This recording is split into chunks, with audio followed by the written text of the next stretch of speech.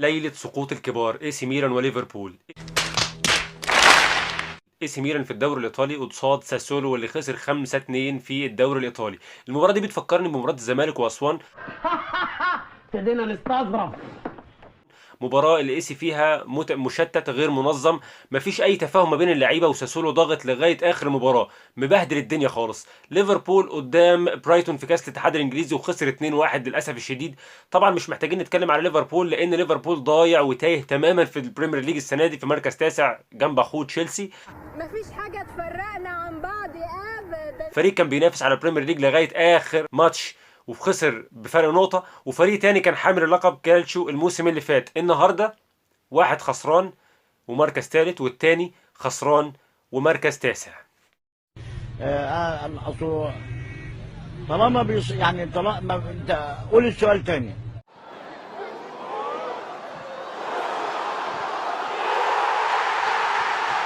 مباراة ليفربول وبرايتون النهارده تزعل اللي ما يزعلش، يعني انت لو مشجع لليفربول بصراحة هتكون حزين جدا على اللي مرت بيها ليفربول، الفترة السيئة جدا والنتائج السلبية المتتالية. ما انتش فاهم دلوقتي، هل ليفربول بيعاني علشان خاطر ما فيش لعيبة؟ هل ليفربول المشكلة بتاعته مشكلة فنية فبالتالي يمشي يورجن كلوب؟ هل المشكلة في الجماهير اللي بيشجعوا ليفربول المفروض ان هم يبطلوا يشجعوا ليفربول؟ اهدوا والخير جاي، الخير جاي، الخير جاي. نتائج سلبيه بشكل متتالي ومتكرر. انت النهارده خسران من برايتون 2-1 في كاس الاتحاد الانجليزي وطلعت من كاس الاتحاد. انت خرجت من المنافسه حتى على لقب البريمير ليج مركز تاسع. انت متخيل ليفربول في جدول ترتيب البريمير ليج مركز تاسع بجوار تشيلسي مركز عاشر. الاثنين اخوات الاثنين اخوات زي الفل، حبايب. انتوا نازلين تحت تونسوا بعض، انتوا قاعدين تحت تونسوا بعض. يعني ما انتش فاهم ليه ليفربول وصل للمرحله المزريه دي. هو في ايه؟ انتوا جايبين هنا عشان تهزقوني ولا ايه؟ النهارده مانشستر سيتي يا جماعه تاني الدوري الانجليزي، كسبان ارسنال في كاس الاتحاد الانجليزي، يعني عامل موسم نوعا ما كويس جدا، حلو قوي، ما في الكيرف بتاعه ما نزلش. مستواي غير مستواهم، تفكيري غير تفكيرهم، ما في قاسم مشترك بيني وبينهم. انما ان ليفربول بعد ما يمشي ساديو ماني الكيرف ينزل بالشكل المرعب ده، لا، في حاجه غلط. النهارده برايتون مسحت بكرامه ليفربول الارض. ليفربول ما فيهاش حد، ولا دفاع ولا خط وسط ولا حتى هجوم. خلاص.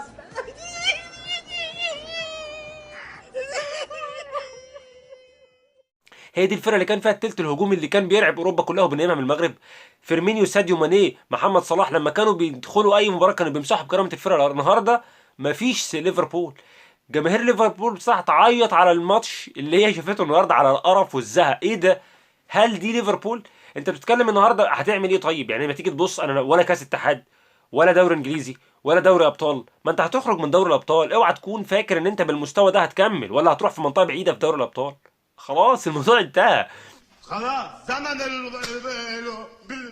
خلاص انتهى، ما حدش فاهم حاجه. تسع ساعات دي مش ليفربول اللي الناس عارفاها. دي اكيد فرقه متنكره في شكل ليفربول. يا اما انتوا كده عايزين تمشوا محمد صلاح فبتسوقوا سمعه النادي قبل ما الراجل يمشي. يا ولاد الكلب دول بقلشوني. ليه كده؟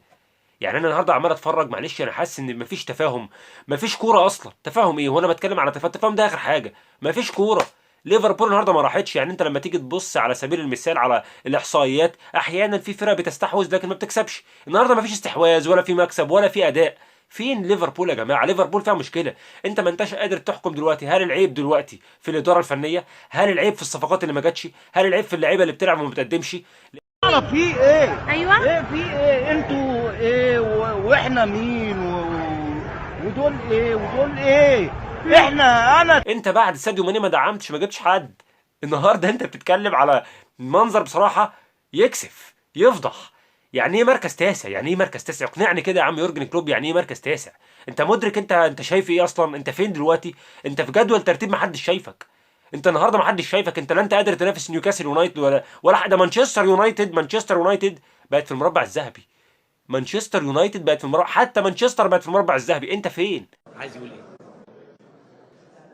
ربنا نصرني على ناس كتير جدا بتشكك. ارسنال اول الدوري. يعني احنا لو اتكلمنا على لغه المنطق، انت يعني يوم ما تتنطط هتكون خامس. ما ينفعش تبقى تاسع.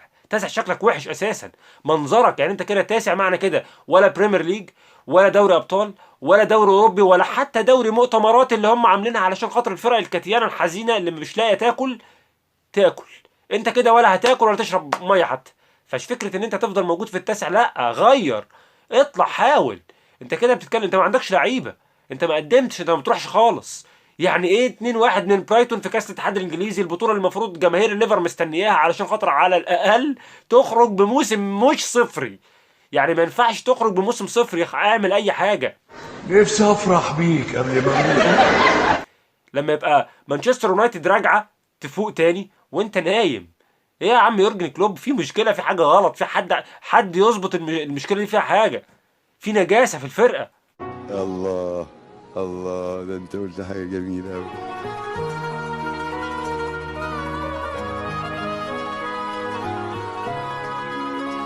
في حاجه غلط، لازم يكون في حاجه غلط. مستحيل تكون دي ليفربول اللي احنا عارفينها. يعني مستحيل ليفربول. هو احنا ليه دلوقتي راجعين لما قبل الخليقه؟ يعني ليه راجعين لليفربول ايام ما انشأوا كره القدم اصلا، لما قعدت 28 سنه ما تكسبش بطوله الدوري الانجليزي؟ ليه يعني ليفربول قعدت 28 سنه ما تكسبش، ليه انت رجعتنا للفتره القديمه بقى لغايه لما محمد صلاح راح وبدا يغير وضع ليفربول؟ ليه انت رجعتنا للفتره دي؟ ما ينفعش. لازم يبقى في حركه ولازم يبقى في اي تطور علشان خاطر بصراحه الفرقه ديت في النسيان.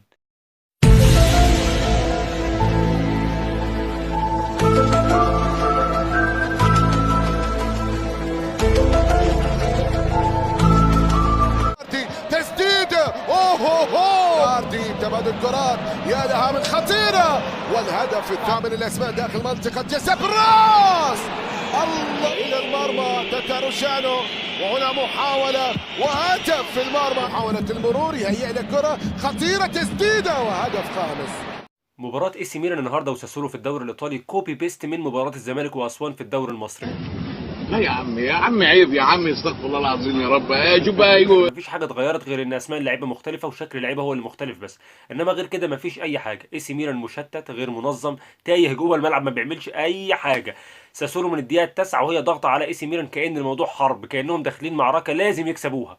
انت بتتكلم على ان اي سي ميلان بعد الدقيقه 9 ما جاش، ما راحش، كأن اللعيبه لمت الشنط بتاعتها ومشيت. يعني في الدقيقه 9 جيرو سجل هدف الميلان الاولاني واتلغى بداعي التسلل، يا ريته ما تسجل.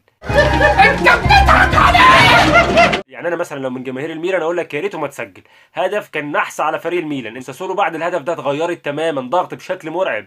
يعني انت بتيجي تتكلم على ان فريق قدامك المفروض ان هو في المركز ال 17، انت داخل المباراه دي مطمن، انت داخل تلعب مطمن، عندك قناعه ان انت هتلعب قدام فرقه المفروض ان هي يعني ما عندهاش فكره ان هي الرغبه في الفوز. انت بتلعبي قدام فريق كان حامل اللقب الموسم اللي فات، فريق في المركز الثالث وبرضه يعني حاجه بسيطه بينه وبين المركز الثاني، ففي فرق جامد. انك انت تدخل تتفرج على مباراه تخلص 5-2 بالشكل ده وكانت يجي فيها اكتر من كده كمان، لا ما كانتش كده خالص. اللي انا شفته كوبي بيست من مباراه الزمالك واسوان طبق الاصل. اي سي ميلان هو الزمالك، ما تغيرش، علقه نفس العلقه. لا انا ما اسمحلكش. لا من فضلك. في ايه يا استاذ؟ احنا صعايده.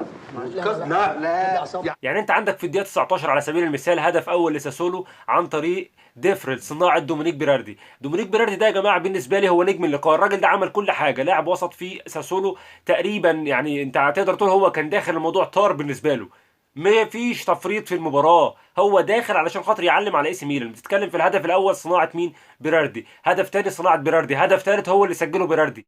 صدقش ان في انسان كده اصلا، يعني ده ملاك اصلا، ده مش انسان بشر زينا. انا حاسه انه حاجه فوق البشر، يعني اعجاز، حاجه كبيره قوي، حاجه فوق البشر اصلا. فما فيش حاجه ما بصمش عليها في ماتش ساسولو واي سي ميلان النهارده. الهدف الاولاني صنعه لديفرل، الهدف الثاني صنعه لفراتسي، الهدف الثالث هو اللي قرر يسجله. انت بتتكلم كل الاهداف ديت في الدقيقه 19، في الدقيقه 21، في الدقيقه 30 ورا بعض.